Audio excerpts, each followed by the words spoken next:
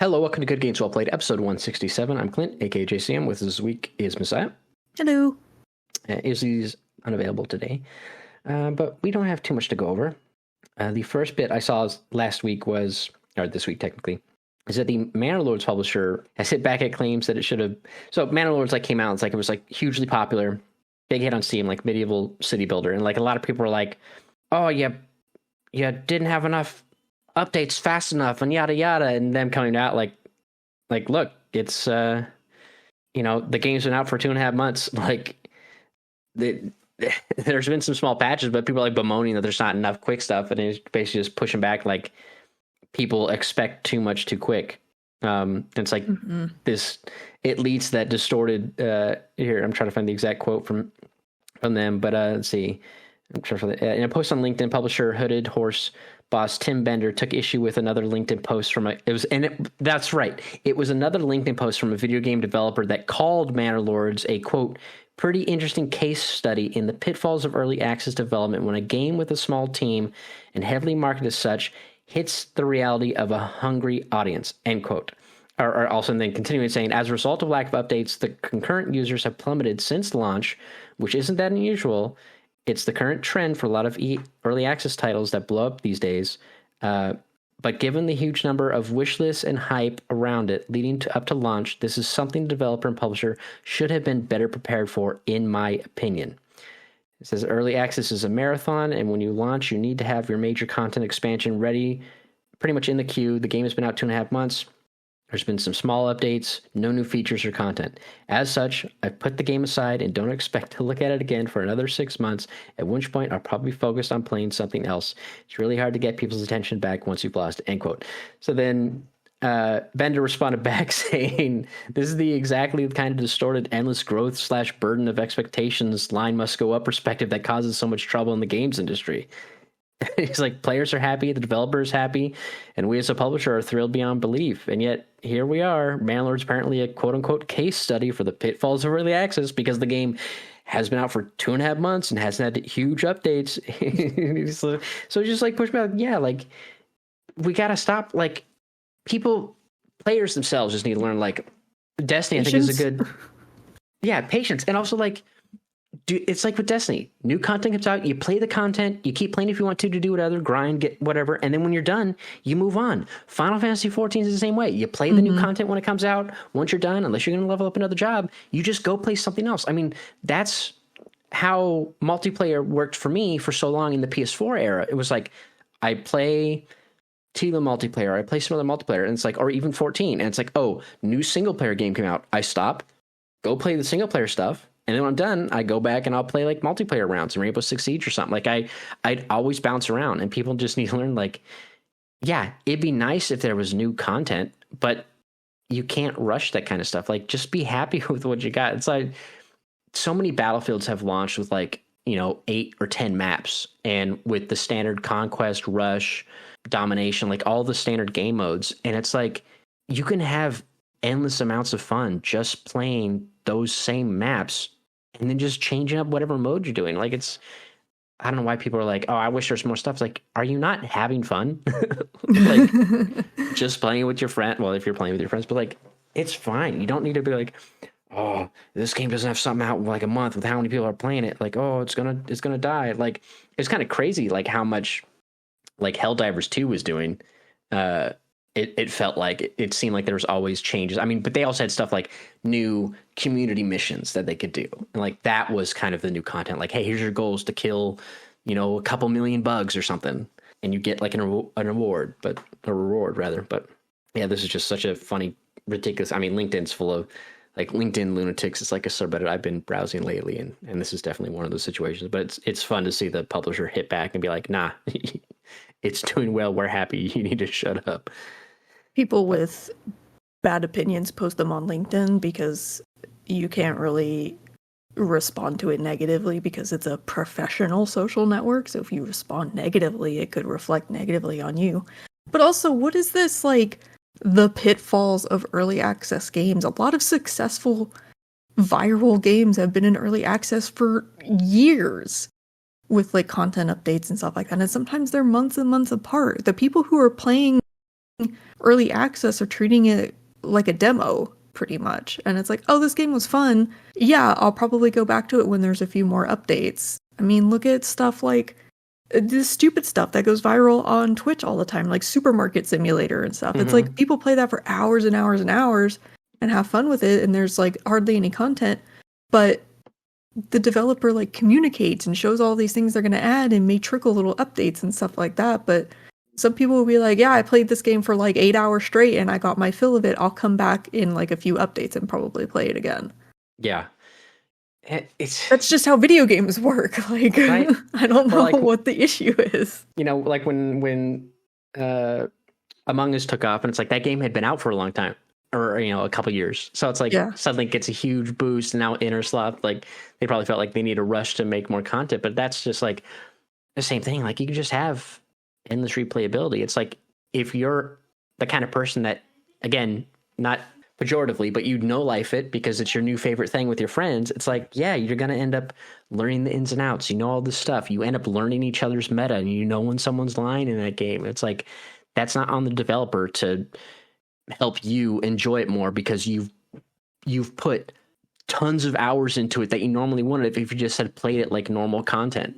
You know what I mean? So that's the other thing too. It's like just because you have the time, like it's like when I play a game, it's like, oh, this game is you know, it could be, you know, medium length, or like it might take me longer to play it because I have so much less game time versus someone like Isley where he's able to, you know, spend more time on it and beat it faster, what have you. So it's like we're two different situations in our gaming habits, and it's just like, yeah, he in a multiplayer game he could burn himself out on something if he puts in, you know, 100 hours super fast over the course of just a couple days. But it's just like, yeah, I don't know, people. I wish I could go back, and I wish we can see like what was that point where there was a game that was like content. You know what I mean? Like what set player expectations this way?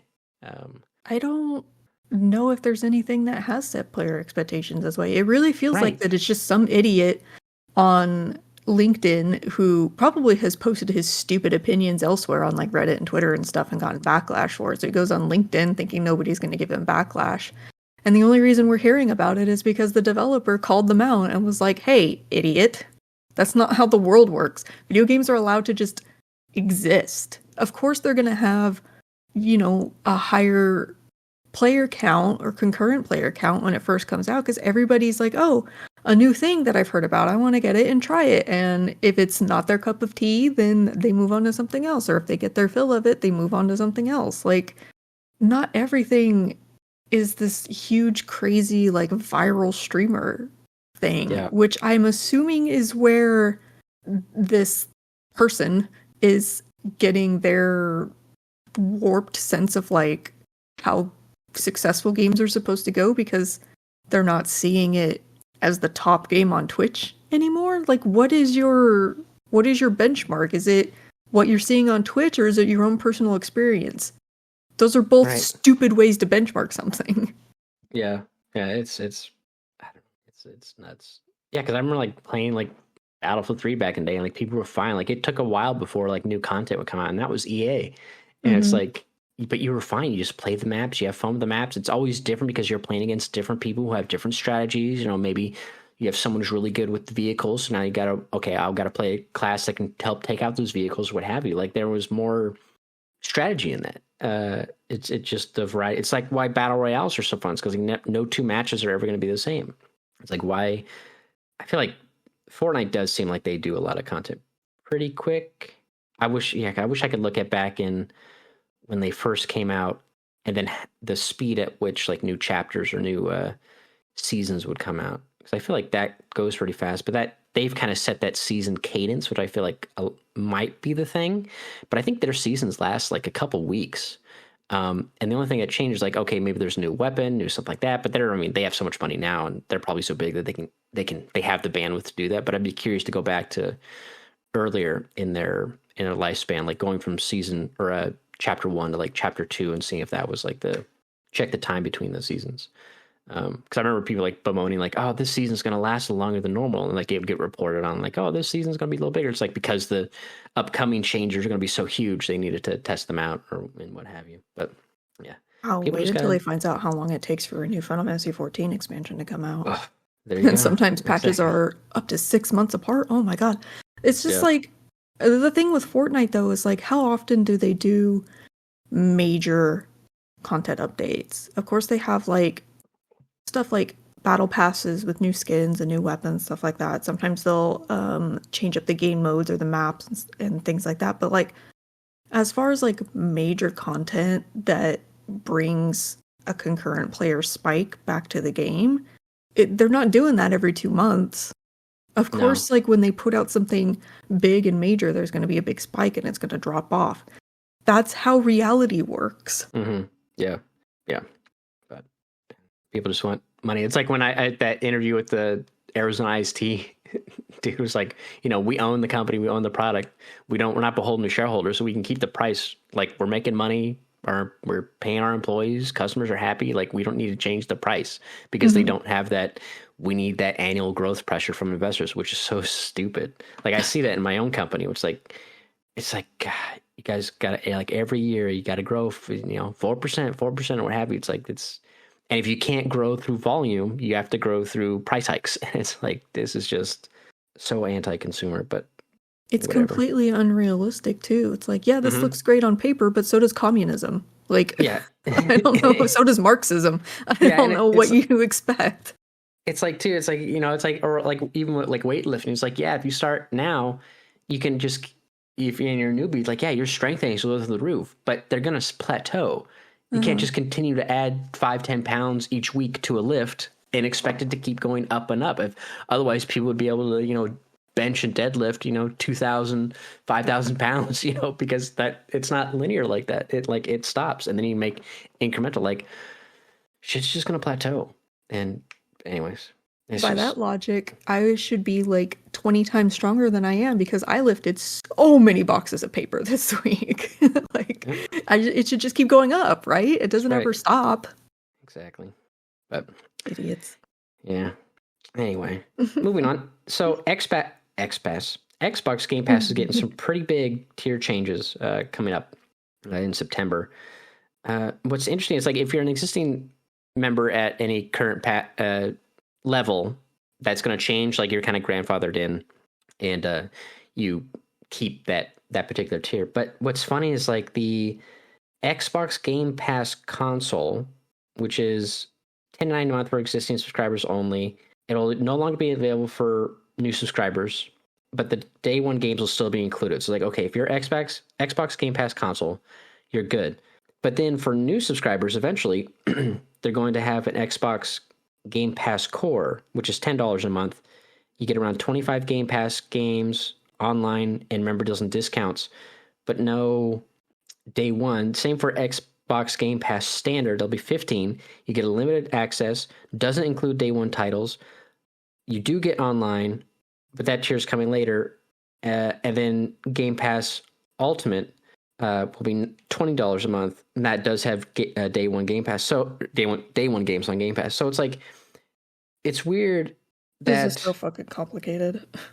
Yeah, and then PC Game Pass will get day one titles will be included in the subscription for PC Game Pass, but it's so annoying that like some categories no longer have that, because then it's like you always say play it day one on Game Pass. It's like you're gonna have to change that now to be like play it day one on Game Pass Ultimate or PC Game Pass. Like you're gonna have to tier it now. It's no longer Game Pass is no longer day one, like as you've been advertising with these changes. But also, like I, as a person with attention issues and like just general adversity to paying attention to anything, I kind of zoned out halfway through listing the different tiers because it's just like this is too much. Yeah, what do you mean you're like limiting specific things to specific tiers? What happened to Game Pass and Game Pass Ultimate? That was it. It was like Game Pass console and Game Pass PC, and then the Ultimate if you wanted like both or the streaming or whatever. But yeah, what does any of this mean? I'm not going to read all that. And it's also like the changes for new players, new people who subscribe just started on the 10th, so 4 days ago. But it won't change for existing members until halfway through September. So like they're going to stagger that out to, I guess, prep them like, hey, what's going on? But yeah, it's like, and then if your membership lapses and you forget to renew and then you need to join one of the plans, you have to do it at the new one. So you could lose. You only stay grandfathered in, I guess, if you continue to pay for, what you have without letting it lapse. But yeah, it's so weird. It's that meme. It's like, I ain't reading all that, but congratulations or my condolences, whatever it says. Boy, that's a lot of words. Too bad I ain't reading them. Anyways, moving on from that, the PlayStation Plus games for July got announced. Remnant 2 for PS5 is one of the PS Plus games. Now, I played a little bit of Remnant 1, didn't get too into it, but I know Remnant 2 is like really popular, and Izzy was trying to get me to play it. So maybe I'll download Remnant 2. And not that I have time to play anything, because we haven't even played Grounded yet. Like, I activated speaking of Game Pass, I activated my free 3-month trial I had, because I was like, okay, I'll activate that so we can play it, but we haven't even had a chance to play it. But Crisis Core FF7 Reunion, which is the remake of, or the, I guess, HD'd version of the Crisis Core from PSP, which is on PS4 and PS5, that's available as well. So that was a game I was like, do I want to go back and replay that? It's like, I don't think they updid the cutscenes, like the CG cutscenes at all. I think they might have like done some sort of render to make them better at 1080p, but I was like, because that would be kind of cool to see, Sephiroth and them fighting on top of the cannon in the simulator. That'd be fun. But and I was wondering too, like, oh, maybe they're back when they announced, like, will there be new content? And it's like, nah, it's just the same stuff. No new things in there. But that's there, which is fine. They don't need to keep adding things to. Yeah, I saw that and I was like, oh, I will probably get that and replay it, because I don't remember a goddamn thing from that game other than Genesis. Yeah, I remember how that was just Goctel. So that's all I remember from that game is, for some reason, Goct is in here. So I'm gonna get that and replay it. Because that was my thought, just like, do I want to replay this? Like before, because I think it came out right before the FF7 Rebirth came out, right? Yeah, it was a few months before. I think it was December. Yeah, it came out or something like that, and then Rebirth came out a couple months later, maybe. But yeah, I was like, do I want to play it? I'm like, no, because unfortunately, like, I remember a lot of the big moments in that game, so I'm like, I don't need to redo it. And I think, like, when I was listening to someone talk about, like, they were talking about some, like, I think on Remake, they had gone back and played, like, a bunch of the old games, like, even Dirge of Cerberus and stuff like that, and they were talking about things as they relate. Oh, it was when the Yuffie DLC came out. Integrate. Oh, yeah. And I see. That's another one I need to play, Dirge of Cerberus, because it's like, I know these men, but I don't know why. Yeah, they were talking about it there, and I was like, so I was like, oh, I know all this, because they brought it up against, it's kind of like even a refresh on stuff I already knew, but I was like, okay, so yeah, I really don't need to go back to it, but it's there. I might as well add it to the library at least. Mm-hmm. And there's Mountain Blade 2, Banner Lord, Jackbox Party Pack 9, which is funny because I already have that on PC, but because I can add it on there. Pathfinder Wrath of the Righteous, No More Heroes 3, a couple of the games, Steep, Job Simulator for PSVR 2. I should add that. Ratchet and Clank Size Matters, Summoner. Wait, is that Summoner? Holy shit. Like the PS2? The Summoner. Old Summoner game? Yeah. I had that's what I was playing on my on the emulator I had for PS2 on my laptop. Damn, if they added that on console and I can use like play it properly, it's like shit, I'm gonna have to go in there and re-download Summoner and play on there, because that's it's funny like how going back to like games that I have like fond memories of and just seeing like how sparse the environments are. It's like maybe 3 trees and it's just a flat polygonal field or something. But damn, I'll have to go in there. I might replay Summoner now that it's free on there. I forgot it was one of those PS2 games. Or maybe I already have it. But we'll see. But yeah, those are and then the only other bit of news I saw is that PlayStation Stars had been down for like a month. This is the reward program where like you play games and you get points that you can view on the PlayStation app, and you can like redeem them for my it's not available in my region. PlayStation Stars are returning soon in phase region rollouts. So it's not available in my region yet. But like you can redeem points. I had like almost enough points for Rise of the Ronin. I did have points for another game that came out around the same time, but I was like, nah, I'm not going to redeem it for that game. I'll save it and just get Rise of the Ronin for free to play that because I do want to play that game. And then I never did it. And now I wanted to go back and see if there's any updates because I think the points you get do expire. And I don't think they're phasing it out. But yeah, it was like, it just went away. But they did, I guess, they announced on the 7th that it should be returning soon in phases. So I'm just waiting for it to roll it back in my face so I could see, because I'm curious now, like, I'm assuming if it was down, there was no way to update any, because you had to like pick like challenges, right? It's like, oh, play a list of these games, and like you just launch the game and it captures it and you get points. Or like, it's like, it was just, all you had to do was just play stuff, but you had to activate the challenges. It doesn't like automatically do it for you. So that's the one thing you have to make sure you do. And it was easy. It's like typically I either own the games or it was like a new game I bought anyways. So I was like, okay, there's the challenge related to this, but I want to go back in there and see like how many points I have and to see if there's any new redemption options, but I have to wait for it to be available in my region, I guess.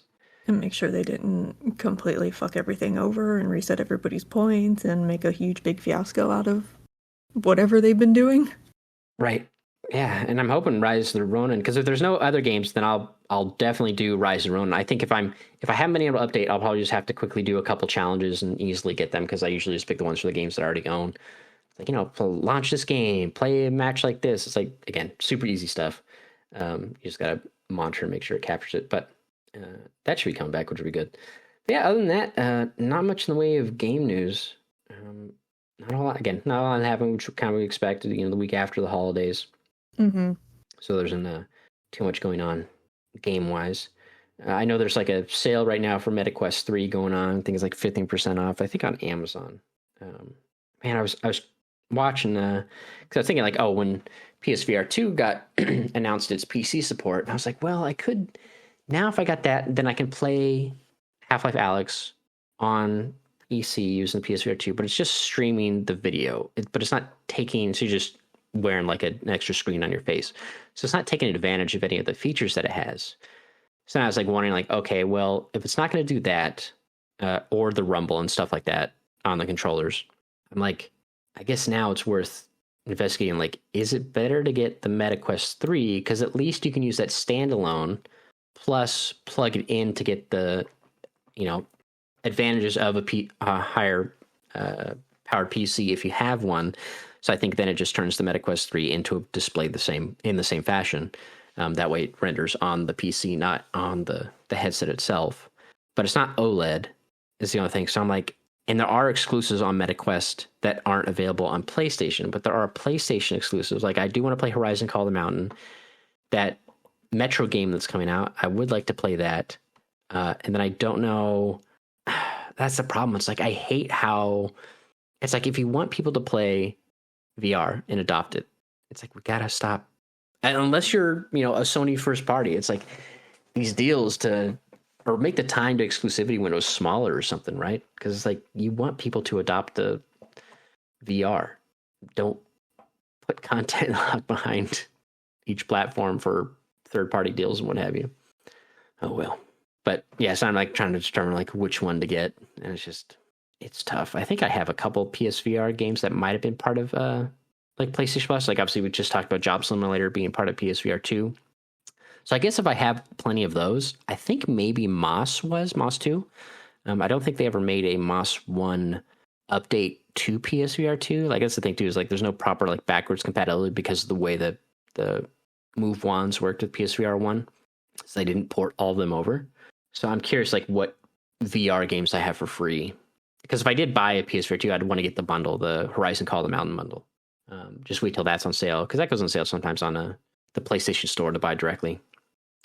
But yeah, stuff. I feel like it'd probably be better to get the MetaQuest, just because then my oldest could use it easier in his just in his room. He doesn't have to be in here tethered to my PS5 if it was PSVR 2. You know what I mean? Mm-hmm. And then he could play it, and it does have that nice pass through.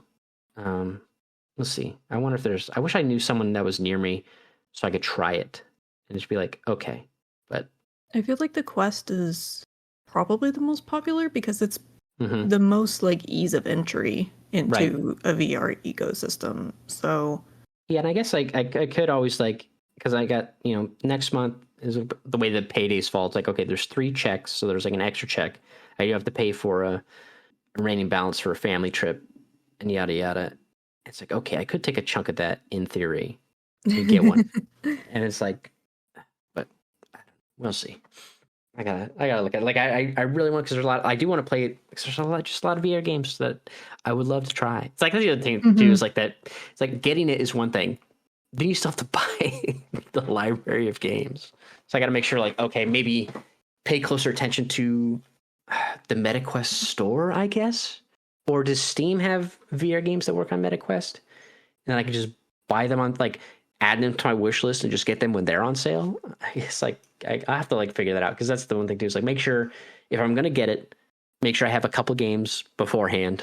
So at least to hold me over, I'm not just stuck with one. That way I'm not paying full price for a bunch of VR titles. Or just get that Asgard's Wrath. Oh, yeah. I imagine that if one's they like 70 hours. Go on, it's probably like any other game. If it goes on sale on one platform, it's on sale on all the platforms. So you probably could add them to like Steam or Epic Store or whatever and get notifications when they're on sale, and then just go and get them on your preferred storefront. Yeah, I wonder if VR titles, browse by categories, VR titles. I just want to look and see, like, okay, like obviously there's Half-Life Alyx, it's still full price. They're not discounting that, but yeah, nothing on sale right now. I'm trying to just see, but I want to click on something and just see, like, okay, if I click on Half-Life Alyx, does it tell me the hardware? It tells me what PC hardware I need, but does it tell me headset compatibility? That's what I'm like, usually it says like controller support. It does Xbox, PS4 controller, not PS5 controller, or something like that. Mm-hmm. Like, I want to see, like, where on here VR only, but yeah, it doesn't say, like, it says VR only in the tracker, but it doesn't tell me which VR headsets can use it. Because obviously there are some games, like, I think, like, I know Half-Life Alyx plays better on the Valve version than it does on, like, MetaQuest, but yeah, I don't know. I'll have to research that. I was going to say, there's probably some website somewhere that breaks that all down. Like, you search by the game and it says what headsets it's compatible with and what runs better, where it's cheaper. I don't know, that kind of crap. There's probably a whole, like, thing online where people figure that out. Exactly, yeah. I'm sure there's a nice big VR community that keeps track of that kind of stuff. Mm-hmm. But anyways. But yeah, that's pretty much it from the news. Again, not a whole lot. So we can go ahead and jump over to what we've been playing. I'm sure I haven't seen you on Discord much, so I don't know if you have been playing a lot of 14. It's because I haven't been on Discord much.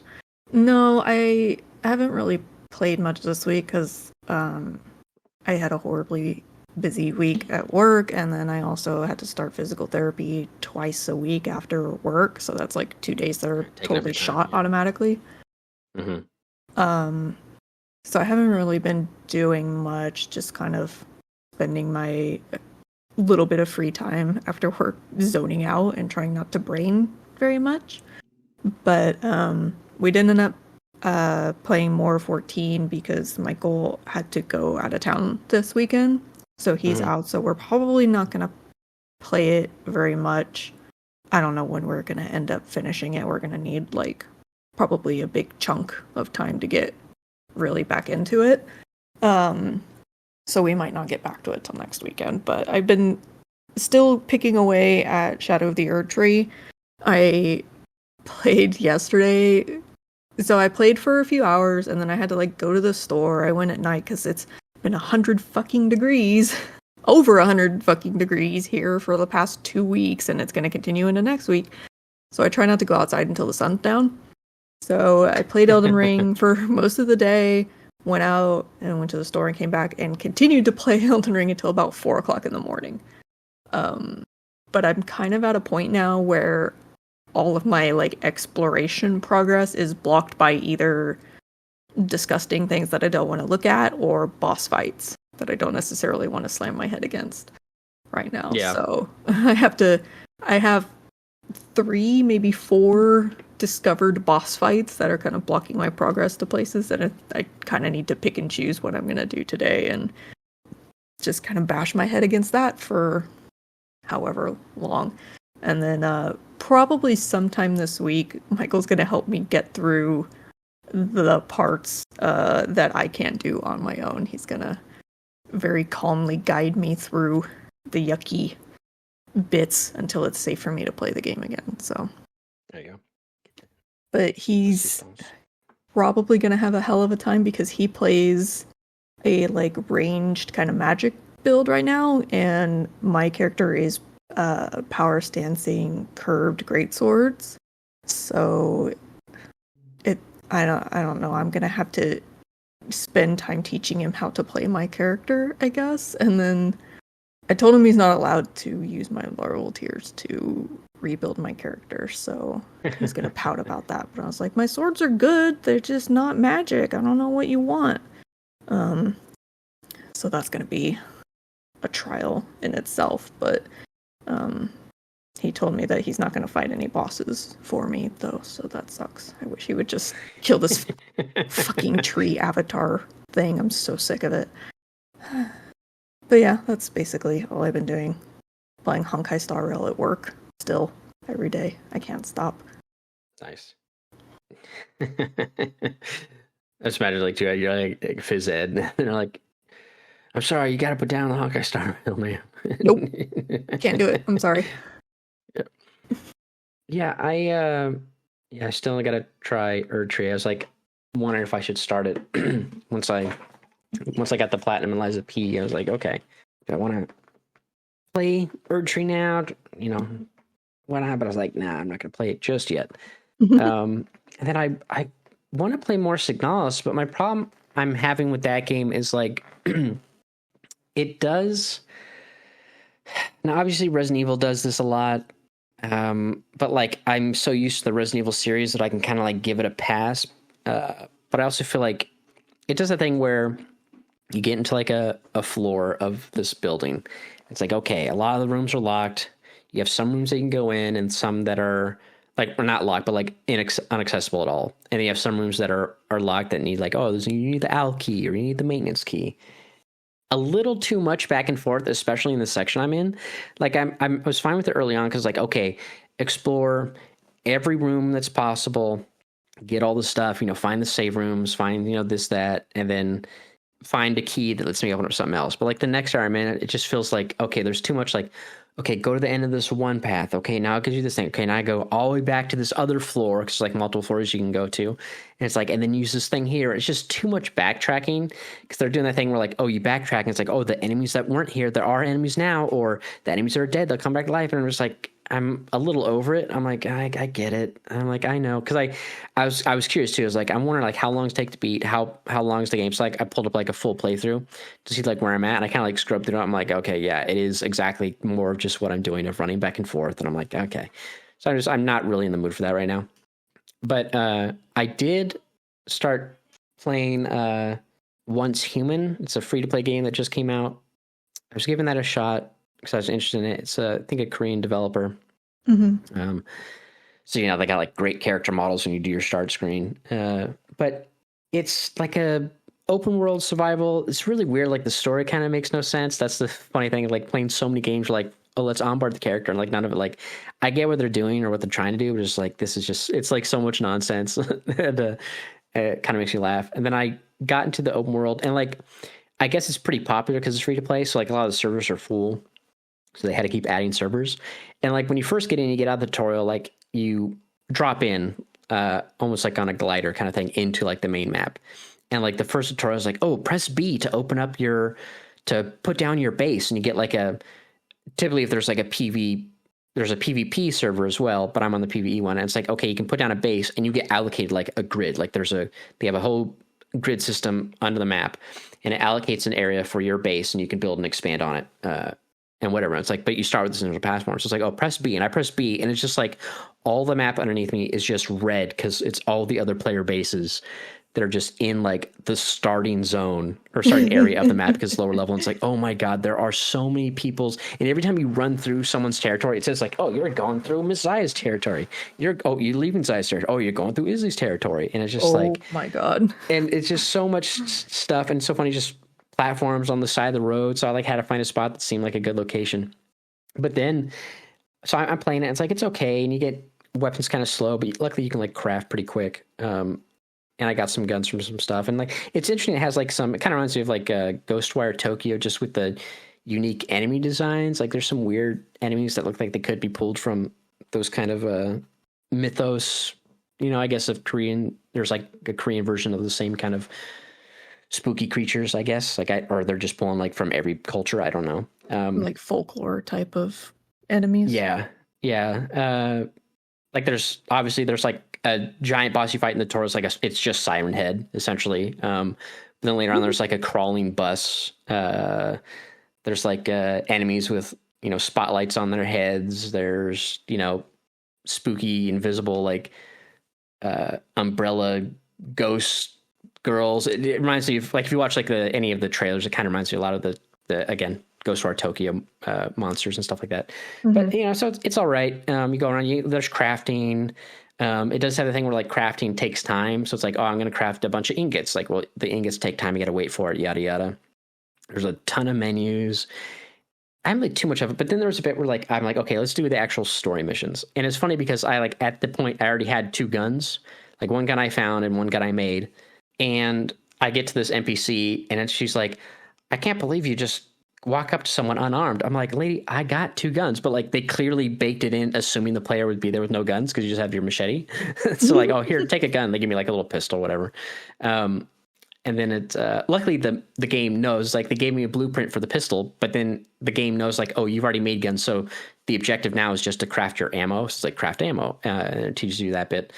And then I get to this town. It's like main hub town. It's where you get like your motorcycle, and they give you just kind of call in at any point, I guess. I forgot what button it is to call back in, but that's how I was running around. I was like, oh, I could really use my motorcycle. I wish I could remember what button it was. But they tell you like, okay, now what you want to do is now you want to go over to this area and, take your motorcycle. And when you get there, they teach you about setting up like a camp, which is just like a temporary location that you can respawn at if you die instead of your base. But you can only do it on flat surfaces, and you can't build it close to anybody else's camp. So what ends up happening is that I get to the location that they want me to go, and I'm putting a picture in chat, and it's like I'm up on this hill, and I can't build up on top of the hill because there's some structures. Apologies for the screenshot tag, but you could see all the little like tents, and then everywhere in the background across the street where there's like a little torch that you can see, those are all tents too. So like they can't loot in because of the draw distance, but it's like there are just tents everywhere, and I can't, and they're temporary, so they only last like a certain amount of time. But clearly the game's only been out for a couple of days, so they haven't gone away. Like mine's still there, and this picture's from 2 days ago, and I was like, okay, so now I have to put down a freaking camp as part of the tutorial. And then, well, it is optional. It does say it's an optional quest, but I was like, I want to get rid of it on the screen. So I'm like, I had to like run around, find a spot, actually put it down. And then it's just like the whole area is just filled with camps. It just looks so funny. I was like, you didn't like instance these camps or something like that? Or like do something to make them smaller? Like, I don't understand why they take up so much space. It's a very cool concept, but kind of like we talked about earlier, seemed better on paper than in execution. Exactly. Yeah. It's just, it was pretty nuts. And like people are like recruiting for like their guilds or whatever in the game. I hear it in the, like you see it in that picture, like, oh, click to join. We're one of 4 members. And I'm like, I don't know how to turn off world chat, but it's just it. And I don't know how long I'm going to stick with it. Again, it is free to play. I feel like it would be better because of the resource parts of it, like getting mats, building stuff, getting a bench, finding sulfur, getting stuff, making ammo, fighting, big monsters to come out. Like, I feel like that could be fun as a team. I just don't know how long I'm going to play it solo. I do like going around just melee killing enemies. Like, that's fun because it's just satisfying. But I'm not sure how long I'll play the game. Again, because I feel like it'd be better if I had people to play with. But I'm playing that. And then I want to play more Satisfactory. It was funny. I was watching someone play. I was like, okay, let's kind of want to watch a video, see someone, watch like a let's play of someone doing it. And it seems like they all start with like their base, that their hub they put down is like fully furnished. But when I play, like my hub like takes time. And I don't know if that was an update between 8 months ago when update 8 came out versus now, where it's like, oh, now you have, because I'm a new player, like it makes me start at tier 0 and I have to build my hub in pieces. So I have to like actually go out and mine some materials, get up there. So I think that must be the case. It's just, it was throwing me off. I was like, how is their hub complete, but mine isn't? But yeah, it was just kind of throwing me off. And yeah, I helped, since I finished Lies P, I've been just like going onto Twitch and viewing people streaming who have like low view accounts, seeing where they are if they're playing the first time through, and going in chat, just giving them like tips and advice. I helped like this one dude. He was a decent way through the game, but he was like stuck on an enemy, and I was kind of giving him tips and on weapons to use, or like items to use, this and that. And like I all the way through helped him like over the course of a couple of days beat the game, giving him advice, and that was fun to do. Helped some other people out. I went into one person's chat. I was like, oh, they seem like a chill person, watching her stream it, and but then someone in her chat was like, I'm trying to pull up my notes for some other things, but someone in her chat's like, "Milady" in chat, and I was like, oh my god. And like, clearly they were a viewer of her, because like they knew the person, and I was like, oh no. And then someone came back later and they were like on the same boss fight, and they're like, doth my eyes deceive me, are you on the same boss from earlier, and yada yada. I'm like, okay, the streamer seems normal, but I can't deal with chatter, so I'm like, I can't watch the streamer anymore. So that was weird. But yeah, it was just like going around, just giving tips is fun to do, because I still want to like be in that world. But yeah, just not really sure like what to stick with right now. It's just play, like I've just kind of bounced around, play a little Oni. You're in that like post hyperfixation game limbo. Mm-hmm. Yeah, I gotta wait for that other game that comes out later this month. See how that reviews, if I want to play it. But yeah, it's just kind of stuck. Like I feel like Once Human could be fun if I had, again, more folks to play with. Just going through that could be interesting. It runs well. I don't know if that's because of my hardware, but it seems to run pretty well. And I like running around Satisfactory. That's a fun game to run around. But the problem with Satisfactory, like it's a keyboard mouse game. It has no control support. Same for Once Human. There's no controller support for it. So like I can't play it if the kid's with me, because like it's hard to play a keyboard game. And so that's like what makes it tough too, is like there's no controller support, so I can't play it when he's around, because like he'll get annoyed at me depending on how I have my arm either around him or next to him. So, but anyways, I just gotta work all that out. But toddlers are just cats. Cats are just toddlers. Yeah, I need to get him like a separate chair and like a proper like little TV monitor or something, so he can like sit and watch it without having to sit on my lap to watch stuff. But I had to put Francis's bed on the couch next to me yesterday because he kept trying to sit on my lap. And anytime that I would like be in combat, obviously like moving my fingers and my hands and stuff a little bit more, he would bite me. So same thing. He's just like, you're not in the right position. Or like if I held the controller up, because if he's on my lap and I have it over him, he'll push buttons and he'll swipe with the controller, and then he'll like, he does this thing where he like stretches out really far and tries to like push my arms apart. Yeah, cats are just toddlers too. That's funny. They just bite more. Yeah, it's true. But yeah, hopefully I'll figure something to play, sit down. I got to recheck the release date for the July game that's supposed to come out, but maybe if he actually has time, I'll be able to play Grounded with him or something. Mm-hmm. Who knows?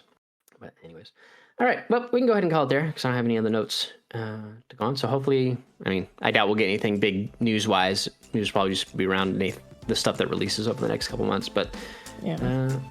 All right. Well, thank you all for tuning in. Thank you, Isaiah, for joining. Mm-hmm. We'll see you all next time.